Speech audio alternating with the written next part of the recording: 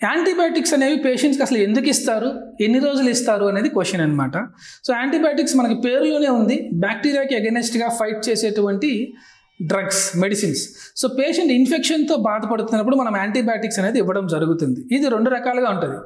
Infection శరీరంలోకి వచ్చాక ఇచ్చే యాంటీబయాటిక్స్, రాకుండా ఉండడానికి ఇచ్చే యాంటీబయాటిక్స్. వచ్చాక అంటే మీరు ఐసీయూలో కానీ చాలామంది పేషెంట్స్ యూరినరీ ఇన్ఫెక్షన్స్, లంగ్ ఇన్ఫెక్షన్స్తో వస్తూ ఉంటారు. ఇలాంటి పేషెంట్స్కి మనం యాంటీబయాటిక్స్ అనేది ఐవి అంటే డైరెక్ట్గా నరంలోకి ఎక్కించడం జరుగుతుంది, వెయిన్స్ అంటాం అనమాట, వెయిన్స్లోకి ఎక్కించడం జరుగుతుంది. రెండో రకం ఏంటంటే రాకుండా ఉండడం కోసం. ఎగ్జాంపుల్ ఏంటంటే మనం ఎవరికైనా ఆపరేషన్ చేసాం, సో ఆపరేషన్ చేసిన దగ్గర కుట్ల దగ్గర ఇన్ఫెక్షన్ రాకుండా ఉండడం కోసం యాంటీబయాటిక్స్ ముందే ఇస్తామన్నమాట. సో ఇలా రెండు రకాలుగా విభజించడం జరుగుతుంది. ఇందులో పేషెంట్ రెస్పాన్స్ బట్టి మనం యాంటీబయాటిక్స్ ఎన్ని రోజులు ఇవ్వాలి అని డిసైడ్ అవుతుంది. ఇన్ఫెక్షన్ రాకుండా నేను చెప్పినటువంటి కండిషన్స్లో అయితే 3 నుంచి 4 రోజులు యాంటీబయాటిక్స్ ఇచ్చి తర్వాత గ్రాడ్యువల్గా మనం ఆపేస్తామన్నమాట. దాన్ని ప్రొఫైలాక్టిక్ అంటాం. రెండోది ట్రీట్మెంట్, అంటే ఇన్ఫెక్షన్ ఆల్రెడీ శరీరంలోకి వచ్చేసినాక మనం ఇచ్చే యాంటీబయాటిక్స్, మనిషి దానికి ఎలా రెస్పాండ్ అవుతున్నాడు.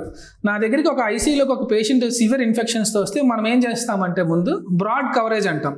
సో మనం రక్తాన్ని, మనం ఎక్కడైతే ఇన్ఫెక్షన్ సస్పెక్ట్ చేస్తున్నామో, రక్తంలో అయితే రక్తం, యూరిన్లో అయితే యూరిన్, లంగ్స్లో అయితే ఫ్లమ్ అంటే మన కఫం, ఇవి మూడిటిని తీసి కల్చర్కి పంపిస్తాం అనమాట. అది రావడానికి మనకు 1 వారం నుంచి 5 రోజులు టైం పడుతుంది. ఇది వచ్చేలోపు ఏం చేస్తామంటే బ్రాడ్ కవరేజ్ ఆఫ్ యాంటీబయాటిక్స్ ఇస్తాం. ఆ రిపోర్ట్ వచ్చిన దాన్ని బట్టి మనం యాంటీబయాటిక్స్ అనేది మార్చడం జరుగుతుంది. దాన్ని డైరెక్టివ్ థెరపీ అంటాం, ఫస్ట్ దాన్ని ఎంపెరికల్ థెరపీ అంటాం.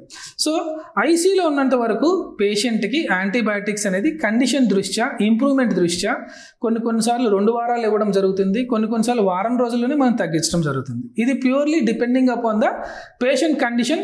ఐసీయూలో ఉన్నటువంటి డాక్టర్ డెసిషన్ తీసుకుంటారు.